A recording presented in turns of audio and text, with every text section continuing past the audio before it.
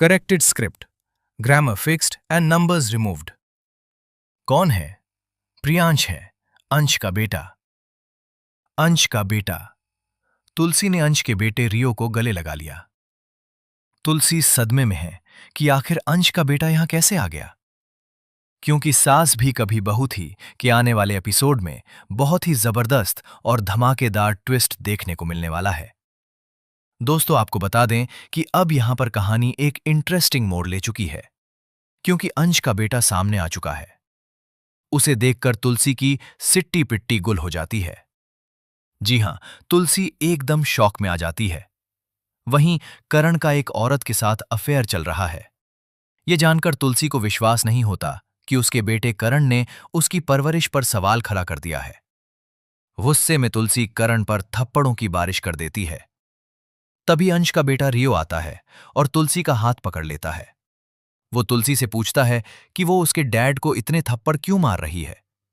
तब करण उसे समझाता है कि वो उनसे अच्छे से बात करे, क्योंकि वो उसकी दादी जैसी हैं, बल्कि सच में उसकी दादी ही हैं।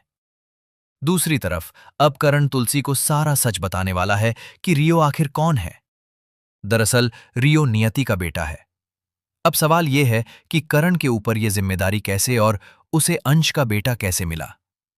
आप जानते ही हैं कि अंश नंदिनी के पीछे पड़ा हुआ था और उसकी हरकतें बहुत ज्यादा बढ़ चुकी थीं। हालात इतने बिगड़ गए कि तुलसी को अपने ही बेटे अंश को खत्म करना पड़ा। उसके बाद नंदिनी को लगता है कि करण का अफेयर चल रहा है और उसके पास इसके सबूत भी हैं। इसी बीच तुलसी करण को कॉल करके पूछती है कि ये लड़का कौन है, क्या ये उसका बेटा है? क्योंकि अंश तो अब इस दुनिया में नहीं है, तो फिर ये कौन है जो बिल्कुल अंश जैसा दिखता है? तब करण सारी सच्चाई बताता है कि रियो अंश और नियति के रिश्ते की निशानी है। जी हां, अंश का अफेयर नियति के साथ था और रियो उसी का बेटा है। जब नंदिनी ये सब देखेगी तो उसके पैरों तले जमीन खिसक जाएगी। अब जब तुलसी को पता चलेगा कि रियो उसका पोता है, तो वो खुद को रोक नहीं पाएगी।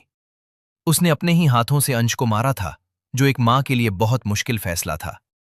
लेकिन अब जब अंश का ही अंश उसके सामने है, तो वो उसे गले लगाना चाहेगी। तुलसी बुरी नहीं है। उसने हमेशा अपने बच्चों की भलाई के बारे में सोचा है और उन्हें अच्छी परवरिश दी है। ऐसे में वो रियो को गले लगा लेगी और ये देखकर करण भी इमोशनल हो जाएगा। अब देखना दिलचस्प होगा कि क्या ये सब लोग शांति निकेतन में साथ रहेंगे, और अगर रहेंगे तो नंदिनी का क्या होगा।